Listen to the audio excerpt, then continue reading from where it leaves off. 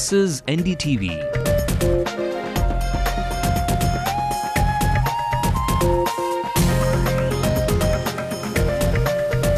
And you're watching NDTV Hindu.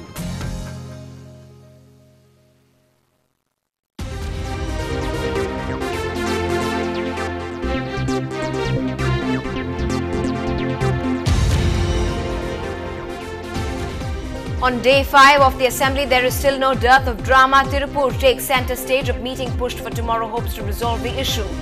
Is Thomas Edison the next victim forced into suicide? His death under mysterious circumstances pushes for a probe. Raja is confronted by a realty promoter, Shahid Balwa, for the money trail. CBI also says it has evidence against Unitech. Second phase of the census 2011 has started. For the first time, the third gender and homeless will be counted in. After being tagged Detroit of the South, Chennai stands witness to the launch of the first free trade zone in the south of the country. The man who made your foot tap to Manmadarasa speaks exclusively to NDTV Hindu on his 50th movie.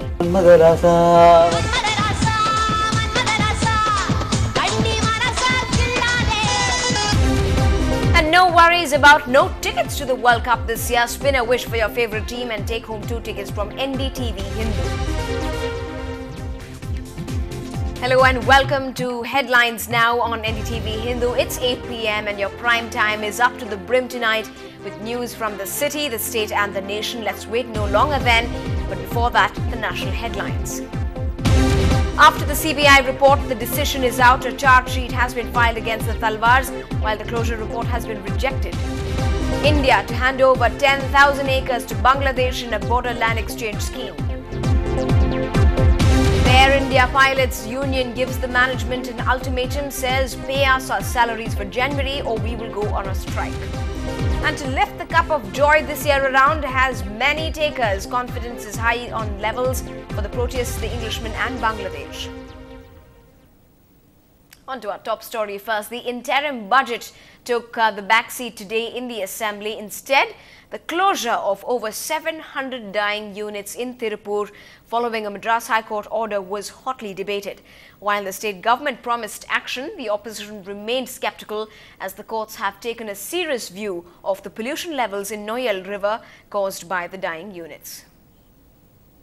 The opposition brought up an adjournment motion to discuss the revival of dying units in Tirupur.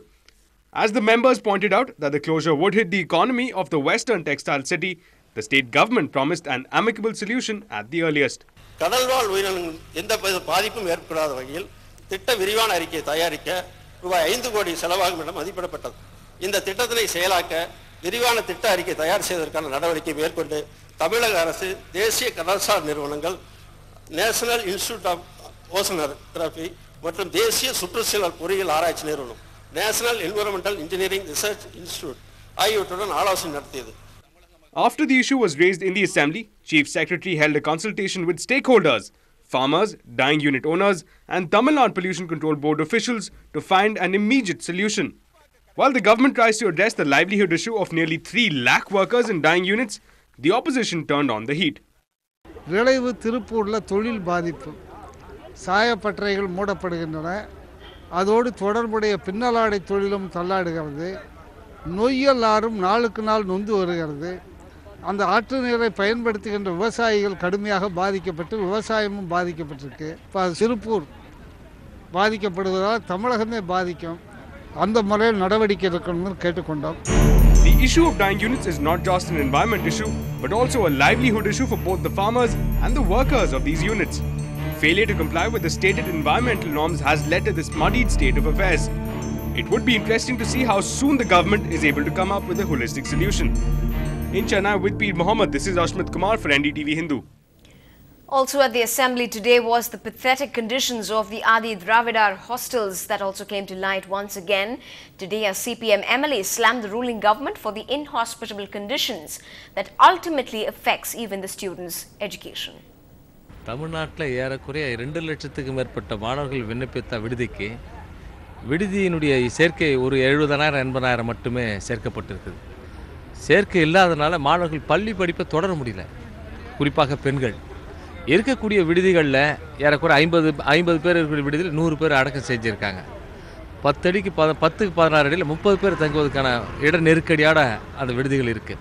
ஒரு பக்கத்தில் அநேகமாக வந்து செஞ்சுன்னு நினைக்கிறேன் செங்கல்பட்டு இரவு நேரத்திலே குளிச்சிடணும், பகல் நேரத்தில் கதவே கிடையாது. செங்கல்பட்டு பெண்கள் விடுதி, கல்லூரி விடுதி, இப்படி கதவு இல்லாமல், பாத்ரூம் வசதி இல்லாமல், என் தொகுதியிலே கூட வந்து ஒரு மதில் சுவர் ஏறி குதித்து போய் காட்டில் போயிட்டு கழிவறை கழிச்சிட்டு வர வேண்டிய பெண்களுக்கு அவல நிலைமை இருக்குது.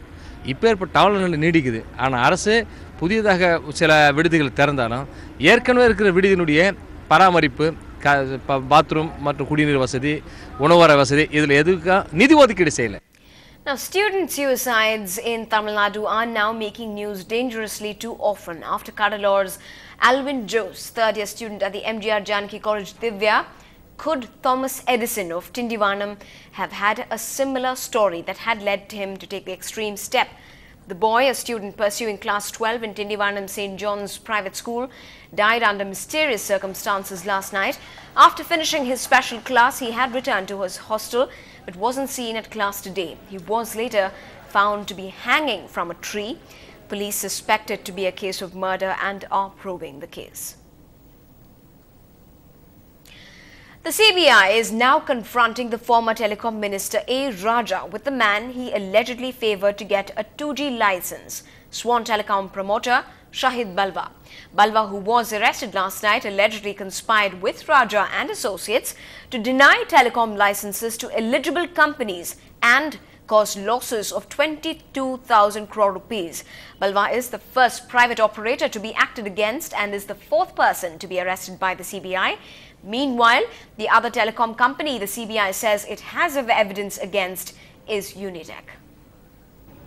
Tonight possibly offers a small window for the CBI to grill Shahid Usman Balwa together with A. Raja.